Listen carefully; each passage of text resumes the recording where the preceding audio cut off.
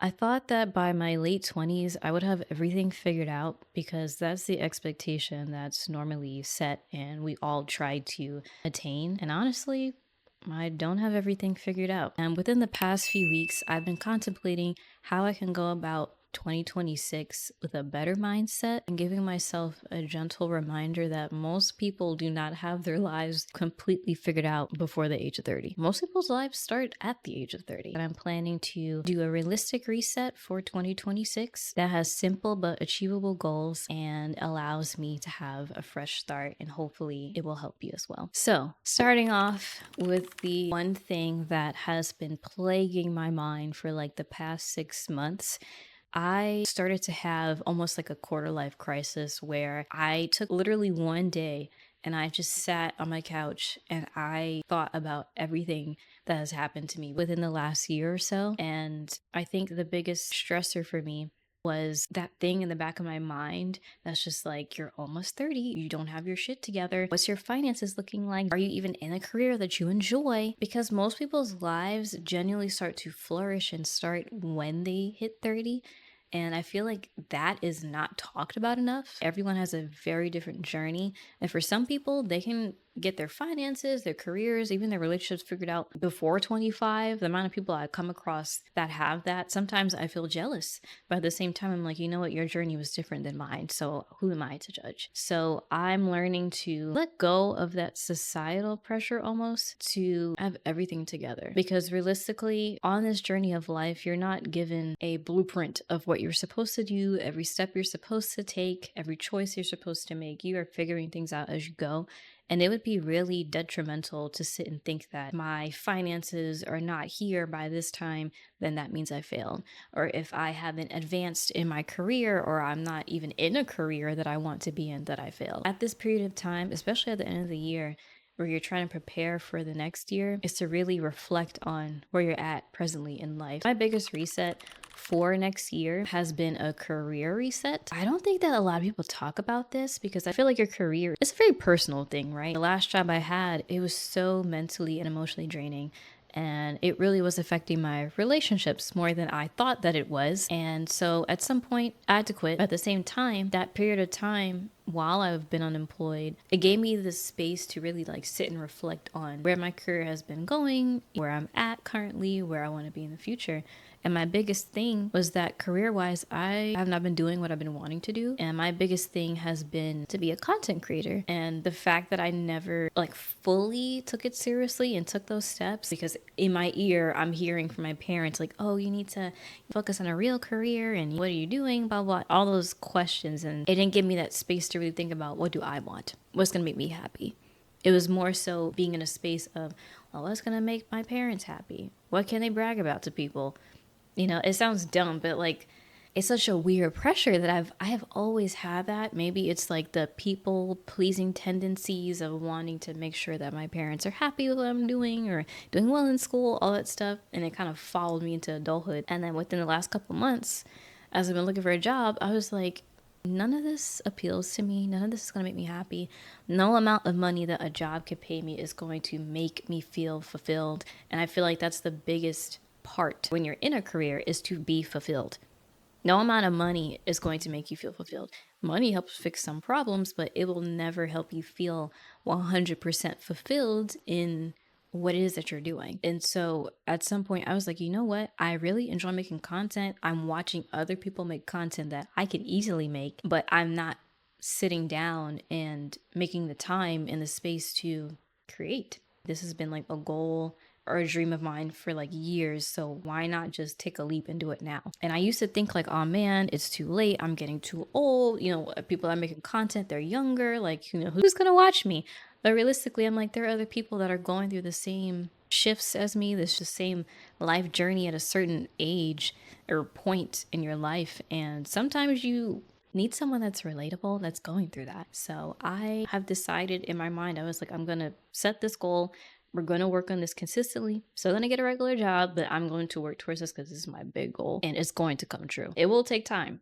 So does getting a job these days. So I'm like, might as well work on them at the same time, right? So another big thing is my habits. Now, I had a whole list of things that I wanted to do for this year, that had to do with my habits, and I did not really stick to those, which is not really surprising because I feel like when you watch a lot of these reset videos for 2025, yeah, it's not that easy to lock in. It's easy to say how you can and what you can do or how, but it's not the easiest if you don't normally do that. So for me, I'm thinking of things that are more realistic. I will say a routine I've been trying to do now is fix my sleep schedule. Of course, while you're unemployed, you may just sleep at random times in the day, but I realized, especially as I'm trying to make content, I'm like, I need to be up earlier, whether it's to edit, whether it's to record. Like, it takes a lot of time. And if I don't figure this out now, when that does occur, I'm probably going to panic because I don't know how to function. And then I've also been trying to create a routine of prioritizing my wellness. So, especially exercising, I would sit down and plan my entire workout routine.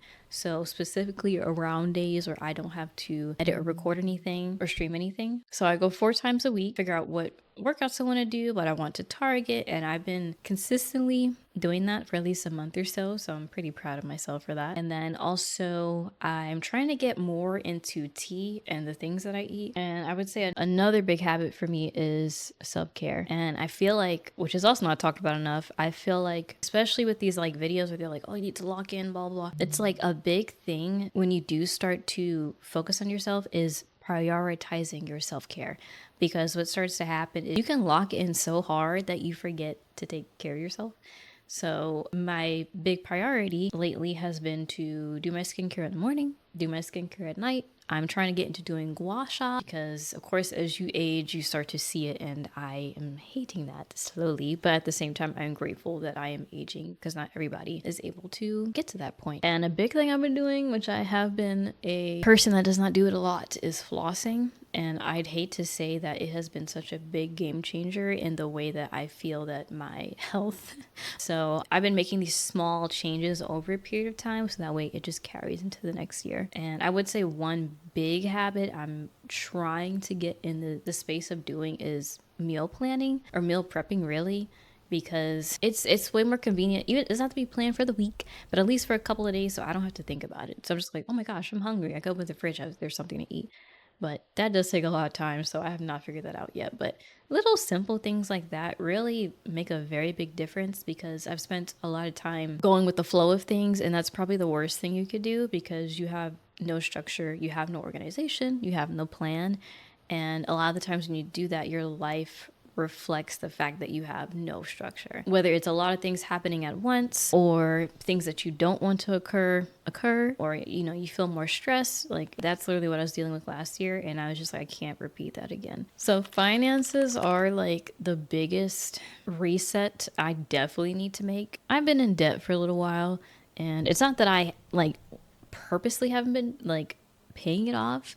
But it's like when life is occurring, sometimes it is so hard to like get yourself back on track. And so at some point I was like, okay, I have some goals. I want to move out of the state that I'm in because I hate living here.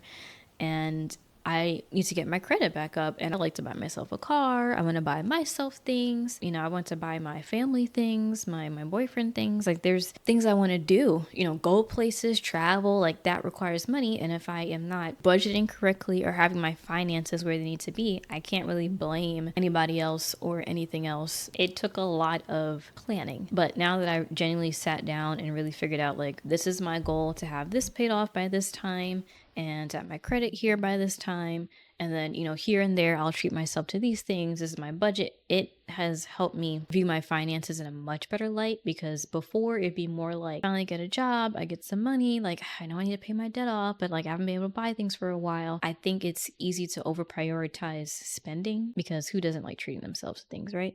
But at the same time, it's like you also want to be in a good standing. So if there is this pivot that you want to make in your life, you don't feel like, oh man, I can't do it yet because I put off that priority for so long because my thought process was to treat myself first. Now that I kind of just accepted that, I'm like, you know what? I'll be way happier when my debt's paid off, and then I can start saving money again, and I can still treat myself. Maybe it's not a lot at once, which is what I used to do, but at least it's something, because it's hard to keep going and not treating yourself, at least in my opinion. And lastly, my biggest reset that I planned to do was my identity of myself, who I genuinely want to be next year. A lot of the times it's like, what does that really look like? There's so many things that I want to do, there's so many experiences I want to have, and I can't stay this version of myself that is not having those experiences, that has no plan, that has no structure, that's just going with the flow. And sometimes it's really hard to look in a mirror and accept, like, hey, you haven't been doing what you've been doing,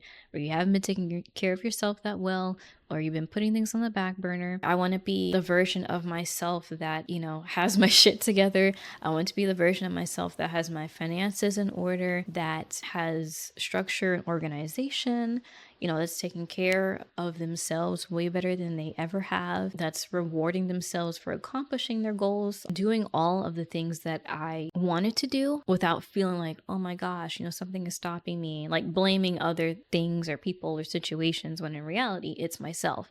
And I feel like at the end of the day, the only thing that is ever preventing you from getting where you want to be or achieving a goal or whatever, it's always yourself. Usually it is that. Sometimes it could be the outside, but like most of the time, it's yourself. It could be your own limiting beliefs of what you think you can or can't achieve, or things people have told you, and it affects how you view yourself. And so at some point, I had to look in a mirror and be like, that can't be me anymore if I really want to get to this place or have this by this time. Because if I keep going on the version of myself where I'm at, I already know that by this point, that's not going to happen. Now that I have come to that conclusion, I accepted that, and I feel so much happier. I feel so relieved because I know that I can become that version of myself that is proud of me. Like, I know there's a younger version of myself that would be proud of who I am right now, because I either never thought that I would make it to this point, or I either never thought that I would even feel this way because I was just stuck in a rut for so long, and it was more mental than physical. And I do feel like when you're stuck up here for so long, your reality reflects that. I do feel like I'm slowly starting to see that shift for myself, and I'm slowly creating that reality that I've always wanted and that I can achieve and I can have. But it always starts with you. You don't have to have your whole life figured out in your 20s. You're still growing, you're still learning, and life is such a journey. There's always going to be so many ups and downs. Be gentle with yourself, but really just say, you know what? I really do want to make a change in my life next year. I have so many things that I want to come to fruition, and I know that it is possible. It's going to take a lot of patience with yourself and a lot of motivation, but just remember that you are able to create the reality that you want and to obtain and achieve the goals that will make you happy in the long run. So if you found this video helpful, please leave a like and a comment down below. And please don't forget to subscribe. I do put out videos every week, and hopefully with these tips, they will help you on your journey and for your reset for 2026. See you in the next one.